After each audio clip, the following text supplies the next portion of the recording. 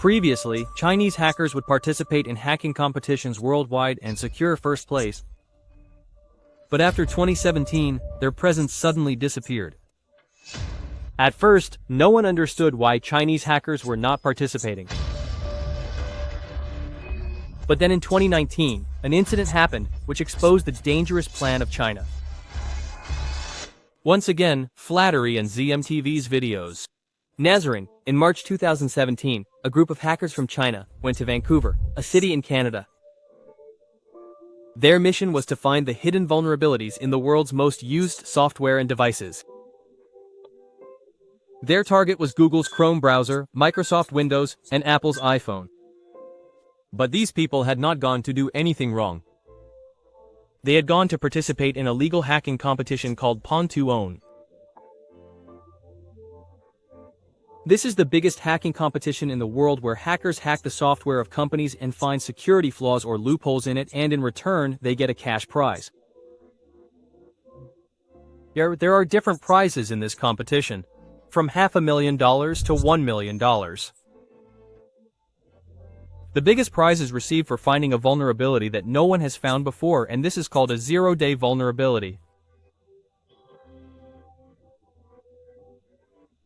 When a hacker finds such a flaw, those details are given to the same company, like Google, Microsoft, or Apple, so that they can fix that problem or loophole immediately by releasing a new update, and hackers get a cash prize of millions of dollars.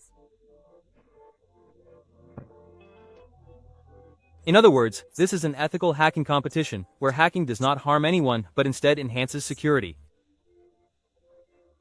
For many years, Chinese hackers were at the forefront in such competitions, be it Pon2Own or any other hacking event. Chinese hackers always won. But everything changed suddenly after 2017. Chinese hackers who used to participate enthusiastically in hacking events around the world suddenly disappeared.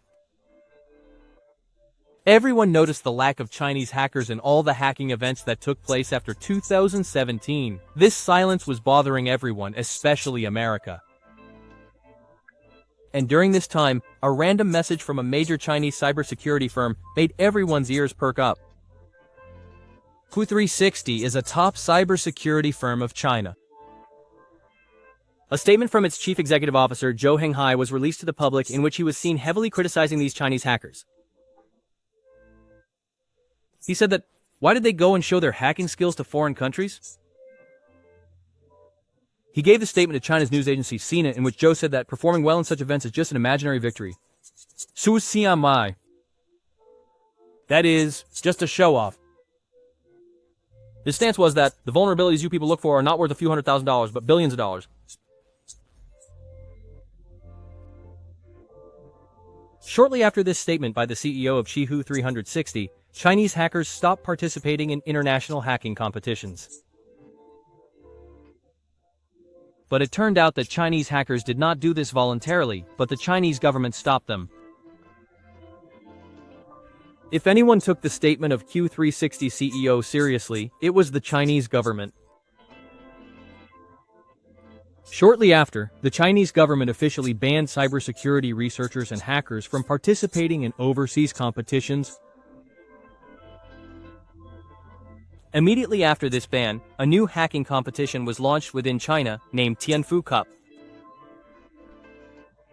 This competition became an alternative to the international contest, and the prize money in it was kept more than $1 million. The news of the launch of Tianfu Cup alerted many countries because it was an indication that China is now preparing itself for cyber warfare by using hacking. In November 2018, the first event of Tianfu Cup was organized in the Chinese city of Changshu. In this, a $100,000 prize was won by Qi Jinzhao, a researcher from 360. He had found a very powerful and dangerous hack in Apple's iPhone. He started the attack through the Safari browser. Then he found a loophole in the iPhone's core system, and then through this flaw, he was able to remotely control any iPhone by just opening a web page. This meant that if a person would go to that particular web page through his iPhone, then his phone would come under the control of the hacker without him noticing. Kijun named this exploit as Chaos Moi, and this name was absolutely perfect because this hack was going to become a problem for cyber experts around the world in the next few months. The difference between China's Tianfu Cup and Canada's Porn2on was that they used to find the hack and give it directly to the company. But Tianfu Cup did this, but through the Chinese government. The Chinese government bound him to ensure that any hack found in the Tianfu Cup would not be given directly to the company. Rather, it will first be given to the Chinese government, and then the government will itself deliver it to the company. And the real destruction was to happen in the meantime. This was a hack that, if sold in the black market, could fetch millions of dollars and could be used by criminals or governments to spy on thousands of people. After 2 months, in January 2019, Apple released an update in which the flaw that Kijun had found was silently fixed. But the real surprise came in August 2019, that is, after 7 months. Google published a research paper in which they stated that a large-scale hacking campaign was occurring on iPhones and people's phones were being hacked extensively.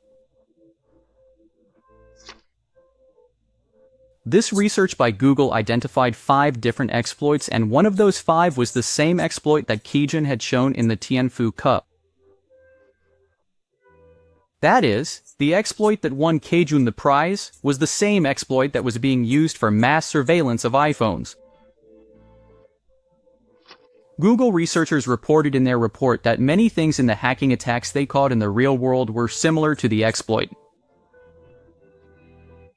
But Google did not reveal who carried out this attack and who were the people who were hacked. But later, it was found out that the victims were Uyghur Muslims and the attacker was none other than China's own government. Since 2014, China has committed very serious human rights violations against Uyghur Muslims and other minorities. All this is happening in China's northwestern province, Xinjiang. Here, China had imprisoned lots of people in camps without any crime. The women there were sterilized to reduce their population. Cases of torture and sexual abuse were also reported inside the camps. All the phones there were monitored to check for any religious content. If anyone was found to have anything, he was given the harshest punishment. Chinese officials say that we are doing all this to avoid extremism. But America and many other countries have declared it genocide. This hacking campaign of China was not limited to only Uyghur Muslims, but journalists, activists, and those who questioned the policies of the Chinese government were also targeted. When Google researchers published a report about iPhone hacking, after a few days, the media connected all the dots. Then later, Apple also stated in a post that this hack actually continued for 2 months, and this was the time when Kijun won the Tianfu Cup. One thing was now clear to the American experts: China has implemented the strategy proposed by the CEO of Key 360, that is, preventing Chinese hackers from going abroad and utilizing their skills within China itself, and then using those hacks to surveil people. To prove this, United States surveillance agencies did a full technical breakdown of the COS exploit, and it exactly matched the Tianfu Cup hack. Later, Google's deep investigation also confirmed that both COS and the real-world attack were similar in structure.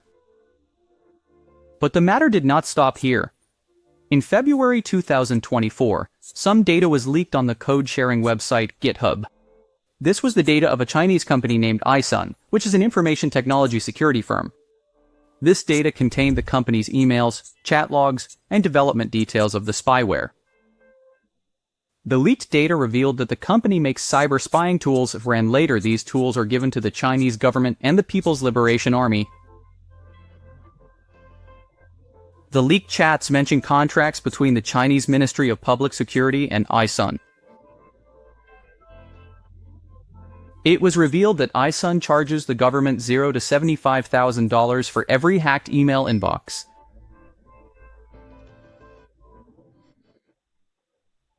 Today, the Tianfu Cup has entered its 8th year, and China's biggest tech companies like TopSec, Alibaba Pay, and Q360. But now American officials are very concerned because the people and companies involved in this competition are seen to have links with the Chinese military. TopSec is a Beijing-based company that organizes the Tunfu Cup.